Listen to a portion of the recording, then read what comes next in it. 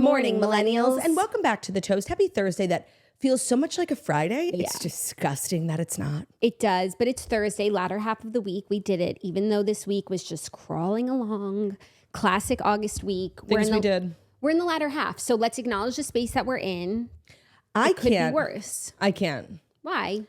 I am in a place in my life where I cannot acknowledge anything other than one specific thing. You know, when like a story from this happened to me a couple of weeks ago with Ballerina Farm, like I woke up thinking about it. I have spent so much of my time like reading, investigating, watching videos about Justin Baldoni that like I can't sit here and talk about anything about that. I was talking about it right before we started. Well, you're welcome to talk about it because it wound up not being a story like day 4 of It Ends With Us drama. So if you want to give an update on your findings, now would be the time. Okay, I do. And I need to correct something I said yesterday. So I said that he has a podcast about like respecting women with his wife. He does have a podcast about like relationships and respecting women with a different girl. Oh, that's like disrespectful. Wait, it gets crazier. Ready? Are you ready? The podcast co-host, this girl, like I've landed on the side of TikTok where people are like recapping. This girl, the podcast co-host, went to the It Ends With Us premiere, did not acknowledge, tag, take a picture with Justin, but had a million pictures of Blake being like queen, queen, queen. Also at the premiere. And so when's their last episode? I don't know. That's a good question. Is it an active podcast? Or are they like switching off? Are they enemies? I just feel like everyone's podcast is always on break. Don't you find? Except us. Except us. Especially in August, like they would have cause. And he's doing... Press. Okay, so it's called the Man Enough podcast. Of course it is. Is that it? Okay. And what's her name with the co-host? Actor and author Justin Baldoni. Liz Plank. Yep, that's her. She's a journalist. And the president of Wayfarer Studios and music producer. Oh, she's the president of Wayfarer Studios? No. Someone else is. There's a third co-host, Jamie Heath, and that's a man. Okay. When did the podcast last have an episode? On June 17th, and it was Jamie answering community questions. Ooh. Then on June 10th, the hosts were all on together tackling the complex and sensitive issues of men's violence against women sparked by the disturbing P. Diddy video. Oh, and then of course, like It Ends With Us. Like that's a huge part of the movie. Okay, so remind me to bring it back to Wayfarer Studios, okay? Okay. So Liz was at the premiere celebrating Blake, ? Like she's there, you would think, because she works with Justin. Mm-hmm. Didn't even take a picture with Justin. June 17th. That's a really long break. Yeah, but it's not that far in the sense, like some people just take off for the summer. Some people do seasons. Like that's true. Their last episode together was June 10th. Can you go to their podcast Instagram page? Like, do they have an update? What? So then they have June 3rd, June 10th, June 17th. Before that, it's April 15th. This is a very inconsistent podcast. February 14th and then March 11th. Got it. So they don't take it seriously. I guess not. Okay, but also, Jackie, at the premiere, like the big New York premiere 2 nights ago, you know how like at a lot of screenings, they have like cast and directors come up and answer questions or like talk about it before the movie and after? It was just Colleen and Blake. Like, why wouldn't the director and star? You cannot fucking convince me that something isn't going on, and I think it's really nefarious. Now, there is a floating theory going around with my community of people on TikTok, the other mentally ills who are obsessed with this. And, you know, I spoke about one of those theories yesterday, which is so dumb that like, you know, they don't want to promote he's purposely taking a back seat because domestic violence is real. Like, yeah, domestic violence is real, but there are people like who play Hitler in movies and they still take pictures with their co-stars. Yeah. Like, it's not a thing. And that's like not how the talkies work, okay? But now the other theory is that, and you know what, I'm kind of seeing it. So people are saying that, you know, Blake and Ryan Reynolds, I think that they are investors in this movie too. I think they put some money in to like their producers. You know, Blake shared on the red carpet that one specific scene was actually written by Ryan. Like they have their influence in this movie. And people are saying that like they steamrolled Justin, like they like made it their thing. And like Colleen totally stood with Blake because Colleen loves Blake. And because they invested in the movie, they thought they had creative say. And, you know, the studio sided with Justin. Like it was this like really creative difference type of thing. I don't know about that because I don't know why. I believe that so far. I'm waiting for the end because how does that get to a place where Blake and Colleen aren't following Justin? Like if they steamrolled over him, then he's the victim in this story. And like, why would they unfollow him? I don't believe the theory, one, because I don't see Justin Baldoni as a victim. Two, it wouldn't make sense as to why not a single other cast member is following him on Instagram, is taking pictures with him at the premiere. That's like half the story. I think maybe they started to dominate the movie, and I think as they should, like this is a woman's story. It's so true. And maybe his reaction to that is what led to everyone disliking him. Like maybe he yelled at everyone, like maybe he acted really poorly. I think there's a back half to that. Now, I'm glad you brought up Wayfair Studios because I have to tell you another part of this. Like you're going to freak, okay? Wayfarer Studios. Okay. It doesn't have to do with the furniture company.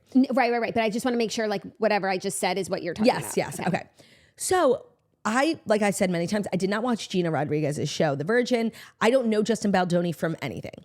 And all I had really known about him was like people were obsessed with him. They thought he was cute, like from this show. And he has this podcast where he like talks about women. And I just know that he's like the devil. Like I just know it. I know it in my fucking bones. I just want to say they've released 11 episodes in 2024. We are more than halfway through the year. As we discussed, most podcasts have like a 40 episode. We're on like our 150th quota for the year. But like weekly podcasts, even if they're taking a break, you are supposed to release 40 episodes a year. You should be at 20. That gives you 12 weeks off. Yep. For them to be at 11, like something's wrong with the podcast. So when I went down my Justin Baldoni rabbit hole, the first thing people said to me, like so many comments on our Instagram and YouTube were like, Claudia, have you seen his proposal video? And I said, no, like who gives a fuck? Apparently like it was this whole production produced by Wayfarer Studios because I went to go find it today. It has 14 million views on YouTube. Like that's weird. Like things should be private. Like if you're a celebrity, like, okay, a layperson's video going viral for proposing, so cute. Yeah. A celebrity, it's like, ew, get away. And it was produced by Wayfarer Studios. It was on the Wayfarer Studios YouTube channel.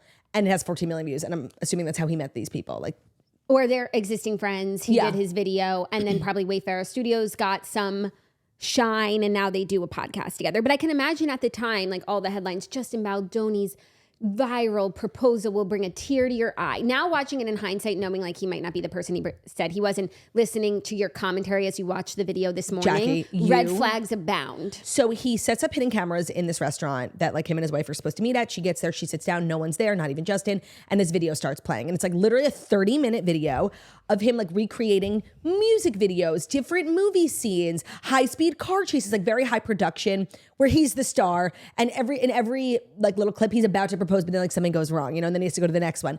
And eventually like he ends up at the restaurant in real life and proposes to her. And it's like such a love letter to himself. Like it's so narcissistic. And I could see how when it first went viral, people like thought it was cute. Like but now, like you said, like if you look through it the lens of like maybe Justin Baldoni like isn't like the greatest guy. A man who supports women. Right. Like this is so nefarious and it's so cringe and it's such a red flag. Like it's literally it's a film reel for his acting career. Like, look, I can do action, I can do musical, I can do dance, I can do sport, I can do comedy, like, I can do thriller.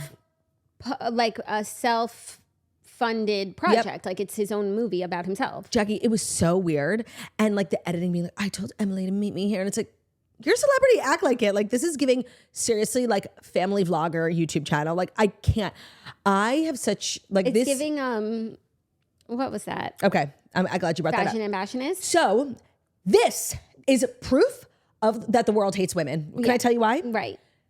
Justin Baldoni did a high production version of what that Instagram girl, fashion ambassador, her name is Marissa. She actually has a fabulous line of bodysuits now that I wear all the time. No, she's such a queen. I started following her from the whole saga, which I guess was the intended point. And she's such a premium content creator. She had this viral moment a couple of years ago where her boyfriend at the time was proposing and he took her on this like whirlwind adventure where he would like leaving clues. She kept trying to find him. He would like fly her to Miami and be like, I'm here waiting for you. And then like the scavenger hunt took her shopping. And then when she opened the shopping bag, she thought she would find out and they ended up in Paris. It was like this very, very extravagant. It was going viral. And of course it quickly turned sour. People were like, this is a scam. This is cringe. This is pre-planned. They pitched brands like it. I think if you were to, I don't know her person. I think if you were to ask her about it now, she would say it was the worst thing that ever happened to her. Like the internet fucking destroyed her. Justin Baldoni did the same exact thing. And everybody was like, oh, P-Jam. The world hates women. And influencers. Yes. Jackie, it immediately reminded me of Fashion Ambitionist. Like, I was like, oh my God, it's the same but different. That's so funny. And it was celebrated. Now, I think that people are questioning his character. People are watching the video with a more critical eye, which I showed up with a critical eye. Like, I show up, I wake up every day with a critical eye. Jackie, it was so cringe. I cannot. And I just want to say, like, the theme was justice for Fashion Ambitionist. Yeah. Well, I love that. I love that that's where it's coming back to. And what's so crazy is when the video came out and every headline is like, Justin Baldoni is like the man of our dreams. If anyone had said at that time, like, this is a little weird and cringe, like you would have been such a hater. Yeah, totally. But one thing about me, I'm not afraid to embrace my inner hater. Like, and I want to go find the episode where we said. That's why you can't be afraid to just so true. say it. If you feel can't be afraid to hate. Like, if you feel it. And that's why, like, I think if we were to go back and find the episode where we first announced that, like, It Ends With Us was being made into a movie, and then that week we're like following the saga, and it turns out we're like, who's gonna buy it? Who's gonna direct? And the first sort of like celebrity involved was Justin Baldoni. I remember I was like, okay, ick. From then until now, Justin Baldoni is someone who has been forced upon me. I have not entered Justin Baldoni universe in an organic way. You were here against your will. I'm here against my will. Yep. Everyone's talking about him like we're supposed to know everything about him. I don't know anything about him. And the more I know against my will, the more I want to know nothing. Yeah. And I feel like a lot of people feel like me, because not the whole world watched Jane the Virgin. Millions of people did, but there's billions of people on Earth. So billions of people are like, who is Justin Baldoni and why am I always hearing about him? You guys, yesterday when we were uploading the episode, we were like going back and forth with episode title ideas. And I was like, Jackie, what about like, you know, who is the real Justin Baldoni, or a referendum on Justin Baldoni? And she was like, do you think we should put his name in the title? Do people know who he is? I'm like, they do, but it's fair. No, people know who he is. The people who listen to this show. What percentage? Yeah, no. I really feel like much like this show, it's 50-50. Mm-hmm. The 50% Claudia's know him, and the 50% Jackie's do not. And by the way, when I say know him, like I had heard his name. I knew he was from Jane the Virgin. I was not a fan of his. I didn't know other work. I didn't know about The Big Proposal. I did not know his name. I did not know about, like, I did not know anything. And now I know all these things, and I wish I didn't. All that to and say, now it's like my problem when like I never contributed to it to begin with. All that to say, the more I learn, like I stand firmly with Team Colleen, Blake, and Ryan. Like I hope they did steamroll. I hope they did. As they should, because why does this unknown man like take charge of the movie that captured the hearts of so many young girls? It's true. And let me say another thing, by the way. Let me say another thing. Ready? And I'm going to touch your hand when I say this. And maybe this is me. Like I said, I know nothing about Justin Baldoni. So he acted in a CW show. Does that make you a director? Right. And maybe like, he directed short films. He directed his own proposal video. That much I can tell you. No, like all of a sudden KJ Appa is everywhere. Like a CW show character. By the way, I need to just say one thing. No, like we can't change the subject. Wait, no, it's just a one. Table it. We need to keep talking about this, Jackie. Like it's seriously, it's giving me oxygen into my veins. Actually, I think oxygen in your veins like kills you. It's giving me blood in my veins.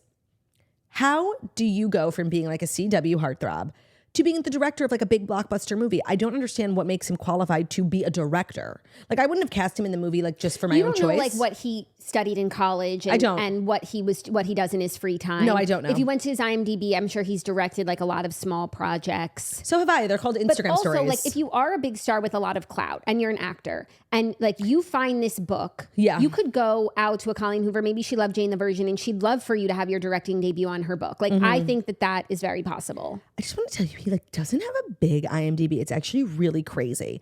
Okay, so it ends with us. So by the way, I'm sure he would say, because I really only take on projects that I can give my whole self to. So he has 32 acting credits, but a lot of them are like waiter in one show. So it ends with us, Jane the Virgin, a movie called Con Man, where he's on the cover. So I'll give him that. He was in 2 episodes of Madam Secretary. He then plays an interviewer in a movie called 73 Questions with Logan. Oh no, he's the interviewer in 73 Questions with Logan Rawlings. Okay. He's in a movie in 2014 called A Fine Step. Like these are 1 episode of a TV show, 3 episodes of a TV show, 4 episodes of a TV show. Like then he has a bunch of producing credits. He actually produced that movie 5 Feet Apart with Cole Sprouse. Well, as we know, like really anyone can be a producer. It's very true. He has 4 upcoming it's like kind of just production. like being a cheerleader for the movie. Just because I think it's important. I haven't heard of a single one of these movies he's produced, just saying. Then he has 14 directing credits. Sorry, there was an error loading credits when I tried to press direct. Okay, no, here. It ends with us. Clouds. That sounds familiar. Disney. Oh. Directed by him. Oh, he directed 5 Feet Apart too, that Cole Sprouse weird movie. Okay. So that's exactly what I've said. He's got a little stuff under his belt. He took on the big kahuna. Okay, so he directed 1 episode of Jane the Virgin. They obviously like let him, you know. That's classic. That's how a lot of people get started when they're on big TV shows. Then after that, he directed My Last Days, 8 episodes of a show I'm not familiar with. Then 5 Feet Apart. So he really is very limited directing, but not none. For sure, but like, you know, he was taking a leap with It Ends With Us. Yeah. I just think it's a big leap for like the studio. I think it's Sony to give to a relatively inexperienced director. Yes, but I also think that the movie just kept getting bigger once he became a part of it. Like Blake being a part of it made it so much bigger and it became this huge thing that maybe if it was just him and Colleen and an unknown lead actress, he would have had to do more directing. You know what I could have like, oh, and he in an interview expressly said, because you're right, like this is a true woman's story. This Colleen, especially, like her career is propped up by women. This movie, this book, was like a woman's story, but also like talks about an issue that really not exclusively, but mostly affects women. And for them to like fork it over to some man, like to be like the face of it, like, okay, no. And he did an interview being like, with a lot of the intimacy scenes and a lot of the DV scenes, that, he took a step back and he just like let Blake and the girls do their thing and he admitted that, like, what are you doing here? Yeah. Get out. Yeah. Although I could have seen a world in which like Ryan Reynolds directed this movie if Blake had gotten there first, Yeah. Even though Blake is also like doing the Justin Baldoni thing where she like directed one of Taylor Swift's music videos. I feel like she directs like small little things. Maybe she had wanted to direct it. Yeah. Can you have two directors who are also the stars? No. I don't know. And I think like directing in it and starring in it is unnecessary. Like just one. And actually, thank you to all the toasters. People have been tagging me. Like, this is my thing now. Thank you so much, because they tagged me in this Deadline video. It was like a reel that had one view. Like, it wasn't. They were on the red carpet at the It Ends With Us premiere interviewing Jenny Slate, who plays Ryle's sister. Yeah, I saw it. And they asked her, like, what was it like working with Justin? Like, he was directing, he was also starring. What was that like? What was the experience like working with him? She totally sidesteps the question, just being like, oh my God, who would want to do two things? I was just acting and I felt so tired. Ha ha ha. And didn't acknowledge Justin, didn't even say his name. Two, didn't acknowledge the experience of working with him, and like just went out of her way to completely not answer the question. People are comparing this to Don't Worry, Darling, in the sense that it's like drama within the cast before the movie premieres. But I actually think at the core of it, it's a very similar issue where Olivia Wilde was directing the movie and also in the movie and also dating like the main star. And her attentions were lost sometimes. I think that's what Flo had felt. Yep. And I feel like that's the issue too. So maybe like if you're going to be in the movie, don't direct the movie. We should have a director and actors. No, and these stars who like want to move into directing, that's great. But like, you shouldn't be acting then. You're a brand new director, but now you have to do the jobs of two major people. You barely know how to direct. Right. Okay, I'll try and stop talking about it, but just know, like, you may see a girl sitting here talking. I'm here. Well, I'm happy for you that you're so immersed in this drama. And it's like making me frustrated, like hearing people's takes, because people have like the worst takes on this. Yeah, maybe one day we'll know. Now I had shut you down. I just had a thought. It was like so quick, but I was watching Ballerina Farm video, and her husband looks like KJ Apa, like grown up. What? Yeah, watch this video. Okay, now hold on. Oh, and she was making pizza. I need to pull up a picture of KJ Apa. I feel as though my algorithm wanted me to start making sourdough, and that's why I do sourdough now. I feel like my algorithm wants me to start making pizza. It's like I'm on the pizza pipeline. I also saw the video of her making pizza, and I just want to say, as much as I've supported her up until this point, like putting sliced potatoes on your pizza, like I can no longer support that type of content. Yeah, like, this is where you leave her. This, like, for me, it's been fun. I'm officially out. It was bacon, potatoes, and dates. Okay, look, KJ Apa. It's like such a bad. It looks like Chase Stokes, actually. Oh, sorry, that's what I meant. That's what I meant. Claudia, please. Sure. Claudia, please. Sure. I never say that when we disagree. Sure. Claudia, that's literally I believe you. I meant. Yeah. Okay, because I'm not so seeing sorry. KJ Apa. I'm so sorry. And he looks a lot like Chase Stokes. It's because we were talking about the CW. Yeah. Chase Stokes. I believe you. He looks like Chase Stokes. An amazing call. Thank you. A call so amazing, I might have made it. Oh, wait. I did. We came together on it because I made you look at him like a teeny bopper. Yeah. Totally. So I needed to get that off my chest. Oh, speaking of things I need to get off my chest, two things really quick. Housekeeping announcements. One, it's coming up August 17th. Our final show, our live podcast tour up until this point has been, critically acclaimed. They say it's amazing. They say it's inspiring. They say it's life-changing. They say it's, worth every penny. That's just what people say. And we've decided to add one more. Atlantic City, New Jersey, August 17th. We'll be at the Borgata Casino, a place that's near and dear to our hearts. I would love to see you guys there. We have added meet and greet tickets. So once you get your tickets and you start checking out, there's a little add-on that you can include. The second thing is Jackie and I spent yesterday and the day before filming like the biggest flop vlog ever Flop in terms of what we set out to do, but not flop in terms of entertainment value. It's being critically acclaimed as our best vlog yet. And we like find something out. We get like the vlog we're baking, okay? Like it's not a spoiler alert. But what the vlog ends up being about is so different because in the midst of the vlog yesterday at around 3:45, I want to say, Jackie and I received such a shocking piece of information that we can never share on this podcast. Yeah. But we did share it on the Patreon because like that's what you get when you pay for content. It's so shocking. It's so life-changing. It's actually debilitating. Yeah, we were not okay. It's hindering me from like properly doing my job. Ourselves. So it's in the vlog. People are saying it's like the funniest editing. Like that's just what they're saying. So patreon.com/thetoast. Just wanted to let everyone know. Check it out. First of 5 episodes that will be dropping this month. Yes. Great. Well, now I think without further ado. Oh, wait, one more thing. Sorry. Today, like, I feel like I haven't even really talked to you about this. I'm doing something crazy. You're going to the Live method. I am. You know, if you're not familiar with the Live method, it's like a personal training / gym in New York that Olivia, Margot, and Jackie and Jackie's husband like are obsessed with. Margot's always posting videos from there. I've never been. Like, I'm genuinely afraid. I don't like love personal training. It's the personal training part is like totally fine because Matt really has the ilk of a good personal trainer and he's really like motivating. Does he have the ilk of a dreamer though? I would say so. I think it takes the ilk of a dreamer to like start your own business. It does. But he's doing like Hamptons. And now that the Soto method pop-up is over, I've been like, I don't know where to go. So I'm doing that today. And that's why I'm wearing biker shorts. And that's why like I kind of have like a crushed spirit. It's like, really hard. Stop. No, I know. But like if you were to stick with it, like you will really transform. I had to do this like intake call yesterday. Like, what are your goals? I'm like, not pass away. Like, that's it. Yeah. Good luck. Thank you. I'll be back tomorrow to report. But like, if you don't hear from me from the rest of the day, just know I'm like deeply, deeply unwell. I think Matt will start simple for you. I don't think he wants to scare you away. Yeah. So that's good. That is good. Yeah. Okay. Your mic flag is turned around and it's almost like you want to hurt me. It's almost like I'm just constantly turning around because I'm very like 180 degrees around here. I'm looking here, I'm looking there, I'm listening to Ro. He's really his father's son with that snore. Romeo's so cute. He's so cute. These boys need a haircut like desperately. I know, but I think I'm gonna wait. Yeah, at this point we've waited all summer. We just don't know where to take them. And I saw Nicola Peltz post something about her fur baby. Mm-hmm. She was very vague, but she said pretty much like she took her dog to the groomer and then her dog died. Okay, I want to say a couple of things. I'm not doubting at all that happened, but I don't think that's it doesn't make me want to try out a new groomer. No, that can't be like a statement on groomers, first of all, because no, but she goes to the best of the best of the best. She probably uses the same groomer. The groomer probably flies in to go find her and her dogs. That's one. Two, this can't become a referendum on groomers. I'm sorry, it can't. That's true. Also, she said it should have been a routine grooming session because I feel like I'm not worried about my routine grooming session. I would be worried about going somewhere new where like maybe who knows what goes into it. I'm sorry, like I can't be suspicious and doubtful of everything. We've come this far. No, but it's like, seriously, we didn't even know where to take them. Like I can wait 3 more weeks. I can wait, but like he's really starting to piss me off with like his furry butthole.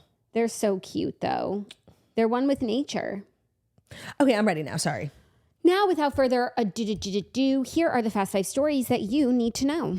And the Fast 5 stories that you need to know are supported by State Farm. We know the Toasters can agree that nothing feels better than a personal win. Like when we got our final piece of furniture delivered to our apartment and your home truly feels complete, or you hit a new personal best during a workout. Definitely will not be happening to me today, but I guess a personal win would be just like making it back home alive, you know? Mm-hmm. So perhaps you're a toaster who managed to stop for a much needed iced coffee but still made it to work on time, or you found a new pair of jeans that finally fit perfectly. Whatever it is that you define as a win, it calls for celebration. And who's cheering right beside you? State Farm, or as we like to call them, State Farm. Because with the State Farm personal price plan, you can create an affordable price just for you when you bundle home and auto.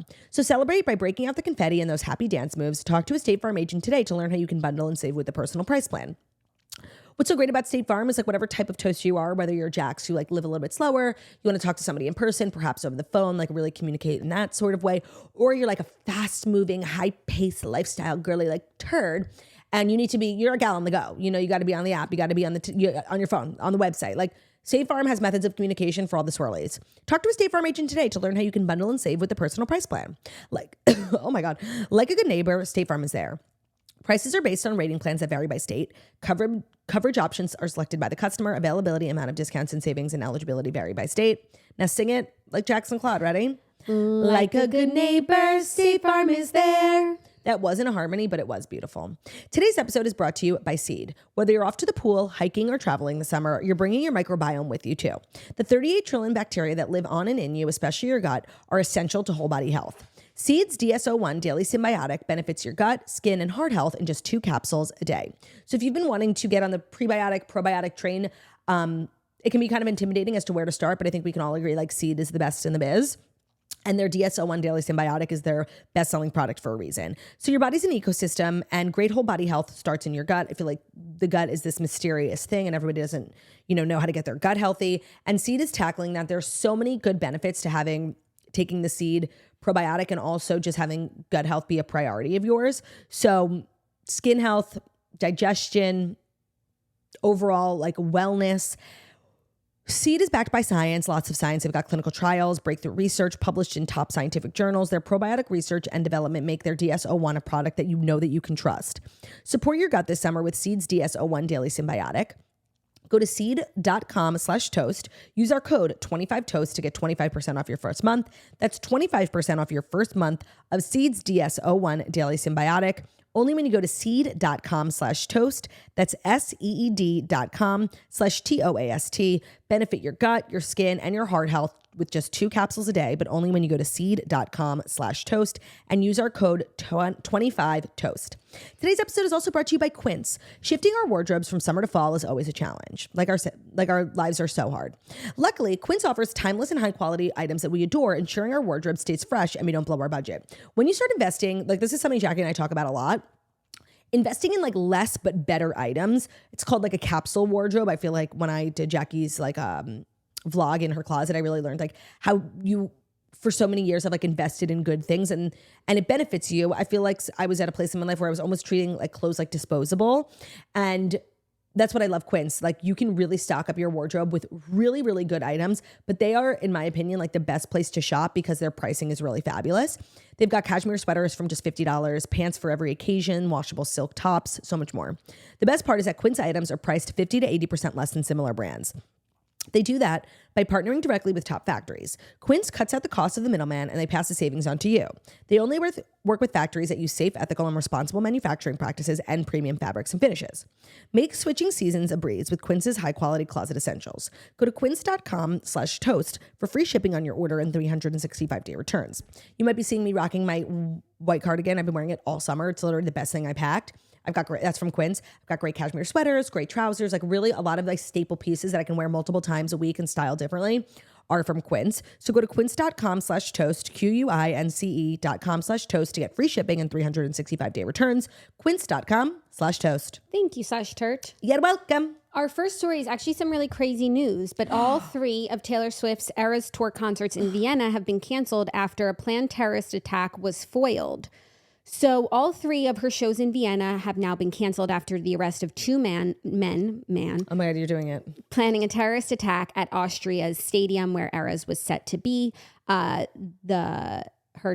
Taylor Nation posted, Taylor Swift, the Eras Tour Vienna shows canceled due to government officials' confirmation of a planned terrorist attack. With confirmation from government officials of a planned terrorist attack at Ernst Happel Stadium, we have no choice but to cancel the 3 scheduled shows for everyone's safety. All tickets will be automatically refunded within the next 10 business days. So this isn't a reschedule. No. This is a full cancellation of all 3 shows. The police in Austria gave a press conference describing like what the terrorists had planned. Yeah. And like the full horror of it. And it's horrible. What was the plan? So you know how like thousands of people gather outside the stadium to listen? Like in Munich, 40,000 people were outside the stadium. Mountain.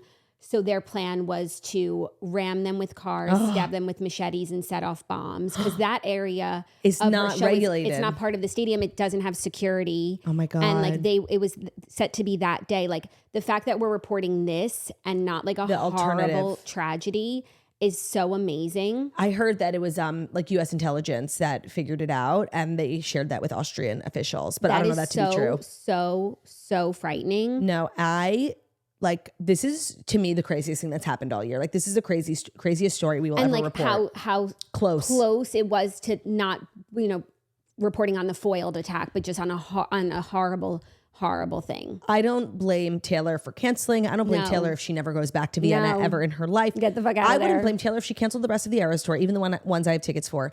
How fucking traumatizing is this? And this was just on the heels of that other terrible story where, there was that Taylor Swift themed dance class and that freak came and stabbed all those kids. Yeah.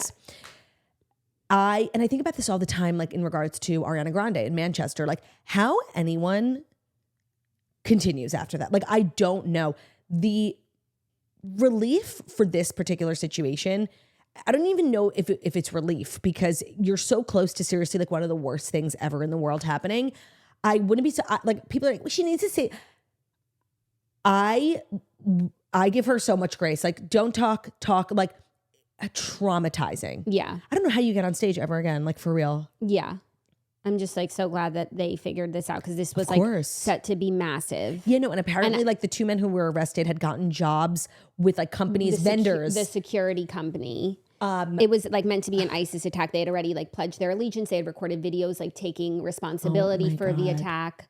And they were arrested and they like one of the suspects like admitted to all of it. Just a really like crazy. I do wonder like what she's going to do. I'm sure she probably doesn't even know.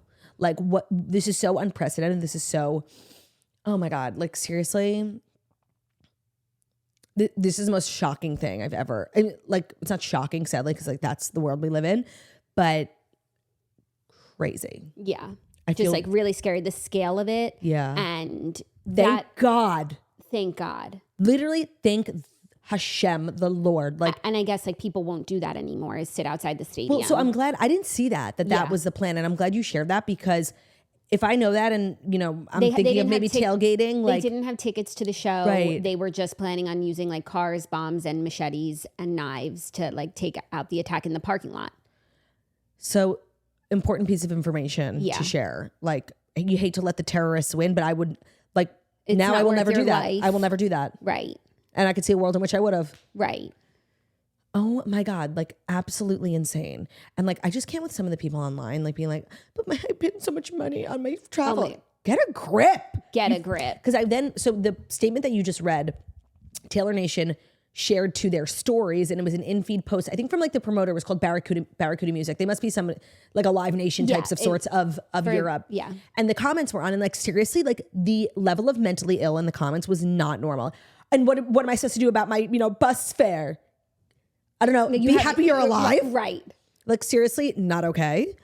I cannot believe this. Like seriously, I feel so bad for Taylor. And she was already in Vienna. Like it was set to be that night. Yeah. Like how close and down to the wire. And it's really crazy because we haven't had any cancellations for Taylor. Right. Like not even, I don't know if there's been like weather. Some shows maybe have been like wrapped up a little early. She doesn't cancel. That's like her thing. Yeah. This is such an extenuating circumstance. Like seriously, I would be in favor of her canceling the whole tour. I can understand, like, even if you're not a person who's like easily frazzled, like ISIS is next level. Right. I can. Yeah. So glad to be reporting this situation, and thankful to U.S. intelligence. I hadn't read that. Yeah. Wow. Slay. Our next story is a little positive Travis Kelce news. Oh my God, I'm obsessed. Because the first photos have emerged from him hosting Are You Smarter Than a Celebrity? It premieres October 6th on Prime Video, and we are getting our first taste of who the guests are who are playing the game. So I'm also just now putting together that Prime Video was like, I think trying to revive game shows, which I love. Like they have Pop Culture Jeopardy, Are You Smarter Than a Celebrity? And they're tapping like good talent. I'm not against it. No, I mean, what fun fact about Ben and I, we are obsessed with GSN, the game show network. It's so low budget. It's like seriously, they make the most of with what they have, and they come up with all these new shows that are so fabulous. Piece of shit, like seriously. So yeah. I'm glad maybe Prime should just buy GSN, but whatever. As a reminder, the 20-episode Amazon original series will feature an adult contestant relying on a classroom of celebrities who will help them answer 11 questions pulled from elementary curriculum. Hilarious. For the $100,000 sixth grade level final question, the contestant can select one celebrity to discuss the answer with before submitting it. So making up the celebrity classmates are Nikki Glaser. Wait, so is it the same class every time? No, I think every episode, because the five celebs there are different than here. Making up classmates are Nikki Glaser, that must be so exciting. Natasha Leggero, Nicole Byer, and Ron Funches, who's and then a football analyst, Ryan Fitzpatrick, former NFL receiver Chad Ochocinco, Garcelle from Real Housewives of Beverly Hills. Lala Kent from Vanderpump Rules, podcaster Sophia Stallone, and actress and producer Lily Singh. This is so interesting. It's like a certain level of celebrity who does this. I would say like celebrity is like a gracious word. But it's a cool stop. I like this level of celebrity. Me too. Like these are like the people I like to engage with most. 1,000%. Influencers and reality stars. And I think this is hysterical. Me too. And you know, when Nikki Glaser was on The Toast, she was talking about how she recently was on set. She booked a gig that Travis Kelce was on. She didn't share what it was, but I guess it was this. And she was like, She said it was like the hardest thing not to like freak out, but that he's like at this point is very much used to it, and he's like really embraces people like crying and all that, and he's like very cool about it. Yeah. So this looks to be good. I wonder who's going to be the smartest celebrity. Oh, right. And so these are just like the classroom. Who are the celebrity contestants? We don't know yet. Ordinary people. Are they smarter than the celebrity? It's a little confusing. It is. And I think the OG concept of the show was kind of brilliant. I think it should be like celebrities against fifth graders. Yes. Like one celebrity per episode and, a couple of kids. Yeah. But this is cute too. Yeah, very cute. I like this thing that Prime Video is doing where they are clearly trying to revive old shows, give life to new shows. Like, I think the game shows are extremely underrated. They're very entertaining. Who remembers The Wall? That was so good. I love game shows. Like, and the classics are good, Jeopardy, Wheel of Fortune, et cetera, et cetera. But we need more. Like those 2 30-minute shows every night, like it's not enough. Yeah. I want to watch this just to see if I'm smarter than a fifth grader. Yeah, of course. Like I wish they would. Let's see if some sample questions from like the old show. That would be a fun exercise, like a PR thing, if they release some questions. Like they should make a filter on TikTok. Are you smarter than a celebrity or whatever with the questions? That's like a really good marketing idea. You guys should do that. Are you smarter than a fifth grader questions? I'm definitely not. Math questions. Okay. First grade. The first day of the 20th century was January 1st, 1900. Yeah.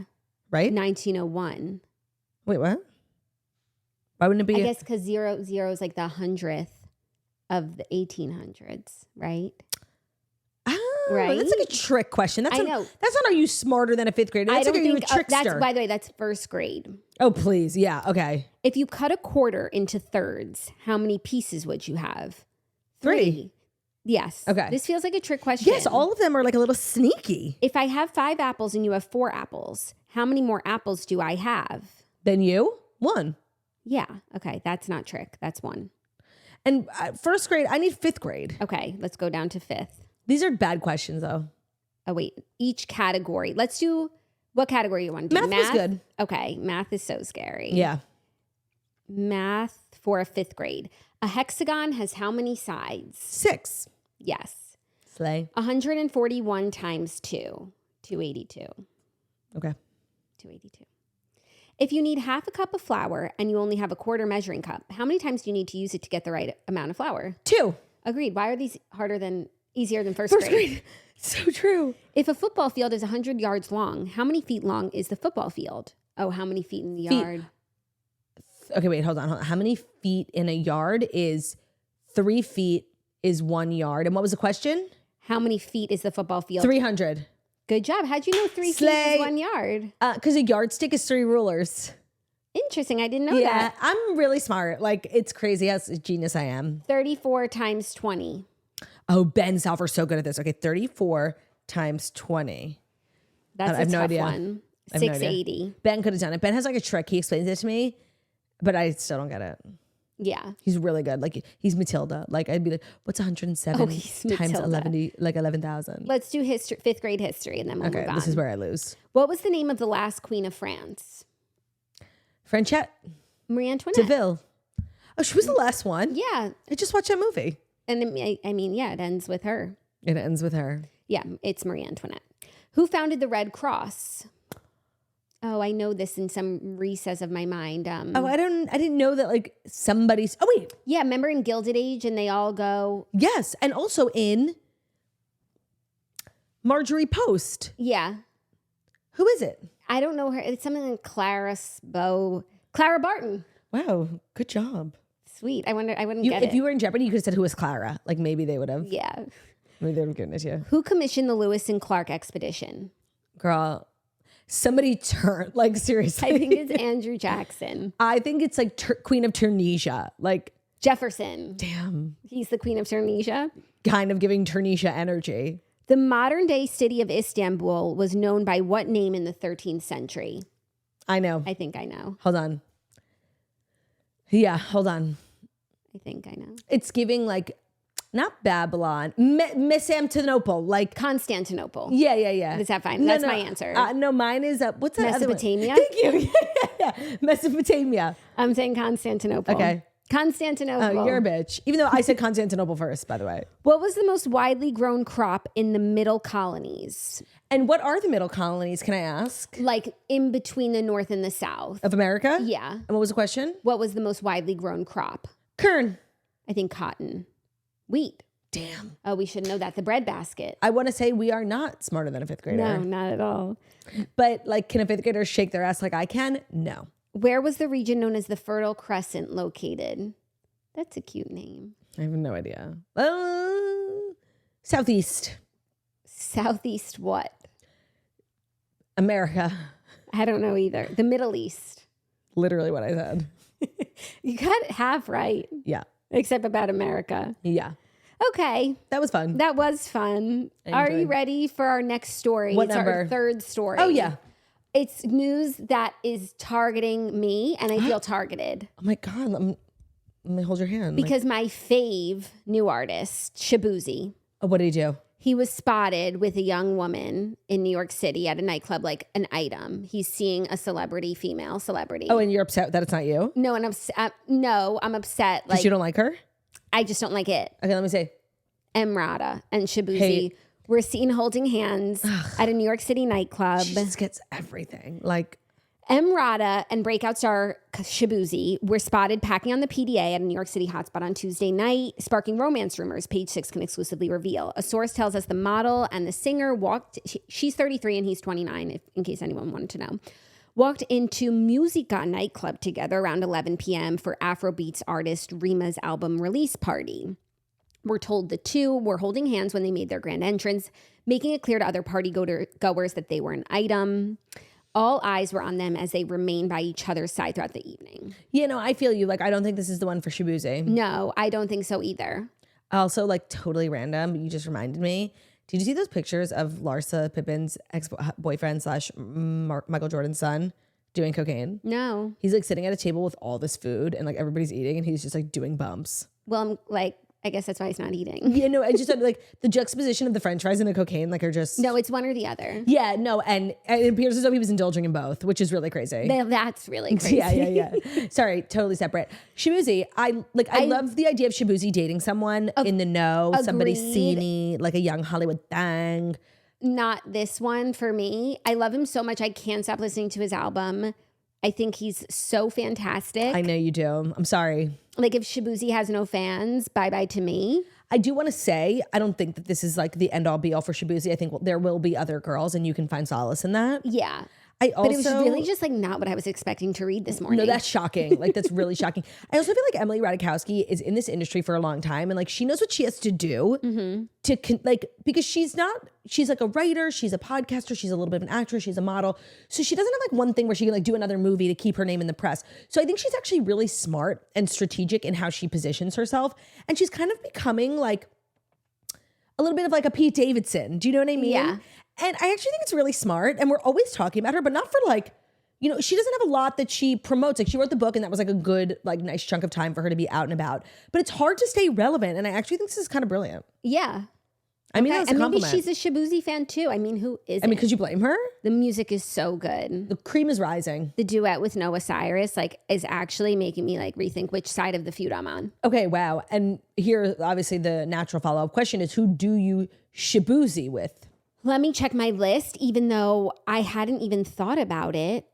I feel like he needs like a solid girl because I feel like he's going to have so much success like very quickly. Yeah. He already is. He's breaking records that like have never been broken before. And I feel like he needs his like high school sweetheart to keep him grounded. That or somebody who's like really like Lori Harvey. Like she was born into this. Mm-hmm. She's not easy to face her. She dated Michael B. Jordan. Like she is not easily phased, but then also like her dad is her dad. Like she has a lot of experience dealing with fame, money, things like that. I feel like she's probably, now I don't know this because I don't know her at all, but I feel like she's probably really grounded. Yeah, or like Stassi Baby I have on my list. I know she's dating someone, but I feel like she's another one who's like grew up in the industry. I kind of love it. It's like she's so solid for Kylie who has like stratospheric success. I feel like she could be that for Shaboozey. No, I think that's a really good call. That's a good person to have on our list. Like if I read that the two of them were dating, I would seriously fall out of my chair. Yeah, she would fall out of a coconut tree. Like, but I'm also open to it being someone who I wouldn't expect, but that I also like, much like Aurora and Paul Vernon. Like I'm still mourning. Yeah, we know. That's why she's wearing all black today.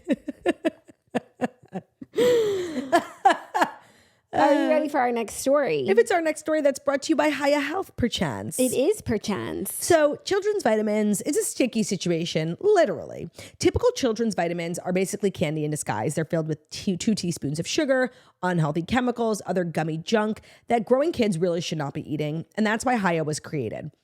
It's a pediatrician-approved super-powered chewable vitamin. While most children's vitamins are filled with 5 grams of sugar and they can contribute to a variety of health issues, Hiya is made with 0 sugar and 0 gummy junk, but it tastes great and is perfect for picky eaters. Hiya fills the most common gaps in modern children's diets to provide the full-body nourishment that kids need with the yummy taste that they love. Formulated with the help of nutritional experts, Hiya is pressed with a blend of 12 organic fruits and veggies. Then it's supercharged with 15 essential vitamins and minerals, including vitamin D, B12, C, zinc, folate, and many others to help immunity, energy, brain function, mood, concentration, teeth, bones, and more. It's non-GMO, it's vegan, it's dairy-free, it's allergy-free, it's gelatin-free, it's nut-free, and it's everything else that you can imagine free. It's designed for kids of all ages and sent straight to your door so parents have one less thing to worry about. Our niece, Michaela, like she is obsessed with Hiya. Like when that time of day comes, it's the best time of her day. And it's actually really cute. She loves playing with the bottle too. We've worked out a special deal for Hiya with their best-selling children's vitamin. Receive 50% off your first order. And to claim the deal, you just have to go to hiyahealth.com/toast. It's not available on their regular website, only when you go to hiyahealth.com/toast to get your kids the full body nourishment that they need to grow into healthy adults. hiyahealth.com/toast. Today's episode is also brought to you by Real Paper, a brand new sponsor here at The Toast. I think we can all agree that we want to make our homes as toxin-free and as sustainable as we possibly can. And while most people start out their non-toxic journey by cutting out the sprays, cleaning products with harmful chemicals, many people have not thought about the paper products that we use for our entire lives. They're just kind of like a thing that we don't think needs changing. But toilet paper is used on our most sensitive areas, and there are paper products out there that are using harsh bleaching chemicals. They've been found to have BPAs and forever PFA chemicals, and that's why we love Real Paper. They are designed with a premium toilet paper that is free of inks, dyes, BPAs, and PFAs, a great product that's better for you and better for our planet. When you use Real, it doesn't feel like you're sacrificing something for a better for you swap. In fact, it feels like an upgrade. It's soft and strong and isn't linty like conventional toilet paper.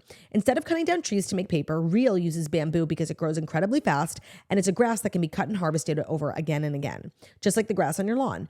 Real partners with one tree planted with every box of Real that you buy. They are funding restoration efforts across the country. So unlike other toilet paper that cuts down trees, Real is helping actively plant them. I actually think that's really smart when we think about sustainability and then like toxic-free products. We don't think of toilet paper, but that's literally going in like the most important parts of your body. And I love Real Paper for that. They're available online and in all Target stores nationwide. They're easy to spot at the store. You can find it in the paper aisle at Target. If you head to realpaper.com/toast, you can opt into a special buy one, get one free offer when you buy at Target or Target.com. So sign up for the offer online, follow the instructions, and when you send Real a copy of your receipt, they will reimburse you for the cost of one via Venmo or PayPal in 24 hours. That's REELPAPER.com/toast for a special BOGO offer from Target. It's the biggest discount they've ever offered. So let's make a change for good this year and switch to Real Paper. Real is better planet paper. Thank you, Claude. You're welcome. Our next story is a little new reality TV show news because the Real Housewives production company is shooting a Palm Beach pilot about snowbirds with some socialite women. Ooh, wait, I like this. So Palm Beach is getting the Bravo treatment. Purveyors of Pop, the production company behind Bravo shows Real Housewives of Miami and Married to Medicine. They also were behind one of my favorite shows, Lady Gang TV. They like know what's good. Quality television They know what's producers. They're shooting a pilot tentatively called Snowbirds. Sources familiar with the production tell Page 6. As the title suggests, it's about snowbirds, New Yorkers who tend to trade the frigid temperatures of the Northeast for the warm from the Sun Belt over the colder months. So Marjorie postcoded. So a source told Page 6 it's about people who go between New York and Palm Beach, but it's absolutely not a Housewives show. It's more like Palm Royale. It's like Ladies of London. I agree, but I could see it turning into Real Housewives of Palm Beach. Of course, which is an untapped market. I know they have Real Housewives of Miami, but I feel like Miami, when it comes to wealth, it's actually a lot of people pretending to be wealthy. Not the Real Housewives. I just mean like Miami in general. It's like a lot of glitz and glam, but it's a lot of like smoke and mirrors. Palm Beach is like the real fucking deal. The richest people in the world go to Palm Beach. Right. And they have some names of cast members so far. Oh my God, I didn't even see any of this. I'm so excited. We hear the cast includes Sharon Bush, who's the ex-wife of Bush scion Neil Bush and mother of Lauren Bush. And I do feel like we went down this rabbit hole recently. Lauren. But right? Is that Lauren and she's not the president's daughter? No, she's not. Okay. She's just loosely related. That's a good cast. And Neil Bush is a sibling? Yes. Jeb, Neil, and George. George W. Bush's brother. Oh my God. So George W. Bush's brother's ex-wife. That's perfect. Perfect. Romance novel cover model Cindy Geyer. Okay, wait. I'm on my way. Spell it. Cindy. Yep. Barshop? Guyer. No, I'm sorry to tell you, not Barshop. That's like a weird job. Yeah, maybe she probably does other things. Oh, she's like such a classic looking lady. See. Like she's perfect for the show. She's such a Palm Beach lady. Society publicist Anna Rothschild, who apparently also stars on New York, not stars, but guests on New York City sometimes. I've never seen this person. Oh wait, that's a journalist. Anna Rothschild, socialite. PR, I see. Okay. She is a publicist. Oh, let me see. She looks like Barbara Kavovit from Real Housewives of New York. Nice. And then entrepreneur Gail Brophy. I don't know that. Okay, wait, I'm obsessed. Like I could spend GALEBR. I wish all these names were hyperlinked. Gail what? BROFPHY. Got it. No F. Gail Brophy. Mm-hmm. Not much about her on the web. 1,300 followers. She's she owns what did they say she was? Entrepreneur. She owns some horses, which is interesting. She owns the winner Strike of Gold. They won the Kentucky Derby, and all of her pictures are like wearing big hats. Oh, wow. Oh, she's like a Southern belle. She's like, oh my God, obsessed. And then Jane Schur, who's the mom of Lily Mugrabi, who's a socialite. Do you know who that is? Libbie Mugrabi. Mugrabi. She's like most known for her divorce, which was like the most acrimonious divorce in history because her husband's an art collector. And it was like wild. It was always in Page 6. Okay. So they're hoping they'll get her on via her mom. But then another source said that Libbie would never do it. Okay, I just want to say I didn't know any of these ladies by name, but just based on brief research and development, it seems promising, which is good because when Bravo started, and then also a Palm Beach socialite couple. I think it's two men, Guy Clark and Harrison Morgan. Oh, wait, I like that. And then someone said that the show's going to center around them and then plus all these women. But then someone else said no one knows who those people are. It's about the women. Okay, well, I just want to say. I'm sure they're actually like, if they're filming now, they're working out who it's about. Yeah, and I think it not being branded as a Housewives actually opens them up because there are a lot of really wealthy gay men who live in Palm Beach too. And I think that could be fabulous. Mm-hmm. Okay, usually when we hear about a new franchise and then we like get names, it's really like bottom of the barrel because it's hard. No, I think the Real Housewives have like the brand has a little bit of a reputation, like a stigma that I think wealthy, actually socialite people run from. Yeah, I also think that the best sort of casting is actually not someone that we know so well who we all follow. It's like someone who's connected to an event or a person that we know. So like they're not total strangers to us, but we don't know anything about them. I feel like Leah Black from the Real Housewives of Miami moved to Palm Beach and she would be perfect, except I don't want this to be Real Housewifey at all. Yeah, and I actually think if they do it as Snowbirds, then they'll do their filming like when in the winter, and then they can be honest about the fact that they haven't seen each other in a year. Yeah, that's so true. Yeah. No, this is brilliant. And it's not confirmed Bravo, right? Because it's just a production company that makes Bravo shows. Right. But it could go anywhere. Love. It's giving like Discovery Plus, you know? Totally. No, this sounds very good. And then are you ready for our fifth and final story, which is a little space news that's been going on for a while, but people are just starting to talk about it. So Boeing Starliner astronauts have been in space for over 60 days on a trip that was supposed to be 8 days, and they might not return home until 2025. So I feel like, you know, a subplot that like should be a bigger story in the world is Boeing and their epic failures. And all the whistleblowers passing away. The planes, like seriously, it's every day something is happening. And such a nefarious company. It wasn't always like this, that like plane doors were falling off often. But 2 NASA astronauts may be stranded in space aboard the Boeing Starliner until 2025 due to ongoing delays, officials have announced. The agency held a news conference giving an update on the 2 astronauts who have been in space for over 60 days, approximately 7 weeks longer than expected following their June 5th launch. The initial trip from Cape Canaveral Space Force Station on Florida's Space Coast was supposed to last no more than 8 days. NASA and Boeing are currently discussing whether the spacecraft is safe enough to return to Earth, because I guess like upon takeoff, there was like a helium leak, so they were just trying to like assess the problem, or they need to find out if they need to seek assistance from rival Elon Musk by using SpaceX to retrieve and bring them home. They need to seriously like check their egos at the door. These people need to come home. And like their I think the astronauts in space, I've seen pictures, I think they're doing well. No, you know? And they can communicate, so it's not like they're like kidnapped and we don't know. It's not like that movie, The Martian. Okay, but you're right, where they like, and he has to like make potatoes out of duty. Well, that's the other thing is like, does he do that in the movie? I think so. Do they I have watched it enough with the sound provisions? Do they have enough provisions like water, food? That I don't know, but I'm pretty sure that other spacecrafts can like make deliveries to other things, but I guess they'll need a bigger one to like pull them home. That's good. So at least there's like an ecosystem up like there of Elon people. makes a lot of deliveries. SpaceX makes a lot of deliveries to like NASA space stations. Boeing is a rival because NASA's like the government, and then they hire out contractors. And Boeing had like the biggest contract for so many years until like Elon came along and was doing it better more eco-friendly using recyclable rockets. But what I understood from Elon's book was like Boeing, if they were asked to make a rocket by NASA, they got paid the entire time. Wait, sorry. Boeing, if they were asked to make a rocket by NASA, okay. They got paid the entire time that they were working on the rocket. So they would move slowly. So they move slowly and efficiently versus Elon, who like was saying, no, you should get paid once you have the rocket. And he's making rockets faster than anyone. Right. So I think that whole system has changed, but he really put Boeing on alert. So for them to have to now go to him and ask for help, no, I'm obsessed. They're going to try to do everything. But at the end of the day, like they have to get these people home, and Elon needs to help. And I guess that's why nobody's panicked, because it's like they know that they could get them home if they need to. Like SpaceX will come to the rescue.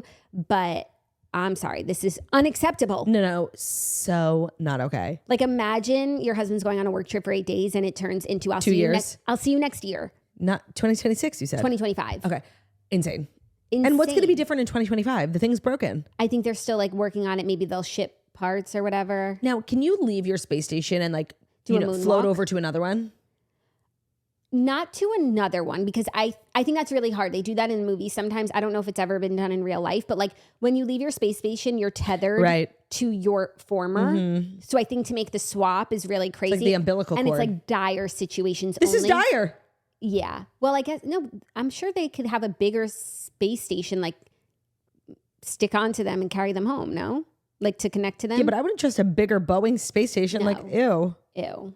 No, Boeing's like seriously nefarious. Where's the documentary? Because it's a little confusing, like what they do. I thought they did airplanes and now they did rocket ships. They keep it confusing. They keep it confusing, but like nefarious. And we need to keep talking about it. No, but like nobody's talking about it. No, they are. It's always in the news. Whistleblower this, murder that, door flying off here. Aren't held to the fire. No, because they have what's called a monopoly. They do. There's no... Well, I guess in space, but I meant in aviation in general. Like there's no, it's Boeing or, no, it's just Boeing. Elon needs to do an airline, but like I just don't think Elon Air. Yeah, to like, because there's so much inefficiency, corruption, so true, stupidity, and he needs to streamline it, but I just don't think he like wants to waste his time with that. He flies private, like. No, and it's like he's taking on like bigger questions. Of humanity. He's not like discomforts. No, yeah, but I'm uncomfortable and I need somebody to help. Like, yeah. At the end of the day. No, but he needs to do like for the airlines what he did for the space race. Well, it really comes back to what we were saying earlier in the month is that hashtag bring back Delta song. Then maybe all of our problems would be solved. But not the space problems. But he's solving the space problems with SpaceX. Yeah. And it's like, you know who's kind of living life happily enjoying? Jeff Bezos. Jeff Bezos, he took himself out of the space race. He settled down on his boat with his girl. Like Blue Origin works, but nobody's saying Blue Origin's coming. Blue Origin was a flop. Blue Origin was a flop. Like, and I think it's for the best. You can't be the best at everything.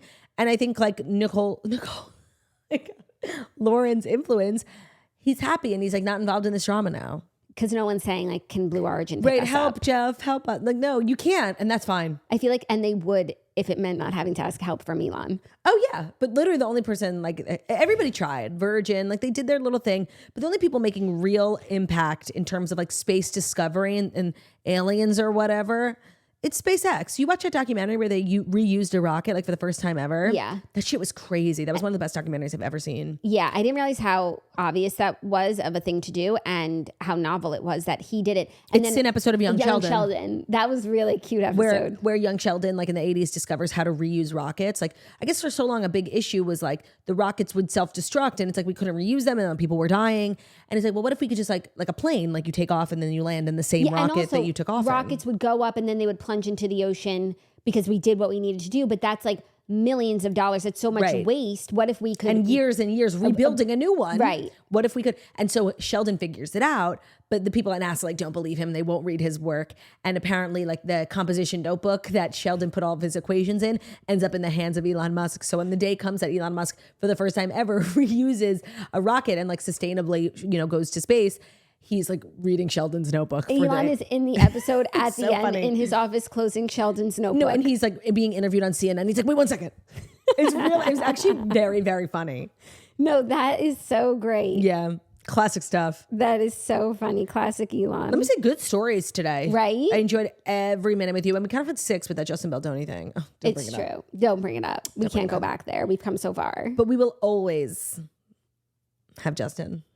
Will we? It feels like he's that being remains to be written seen. out That remains to be seen. of his own movie. That's our show, you guys. Thank you so much. I don't know why I felt like I was going to wrap up like a Friday. It's literally Thursday. We'll see you tomorrow. Thank you so much for listening to the Toast and Lana Morning Show, where we deliver the fastest stories you need to know Monday to Friday on YouTube. So you're watching us on YouTube. Please feel free to subscribe and give this video a thumbs up. We're also available as podcasts and podcasts. Be found on Spotify, TuneIn, Stitcher, Book, Review, Castbox, all places where visit podcasts. Don't see the setting in wickedly talented we are.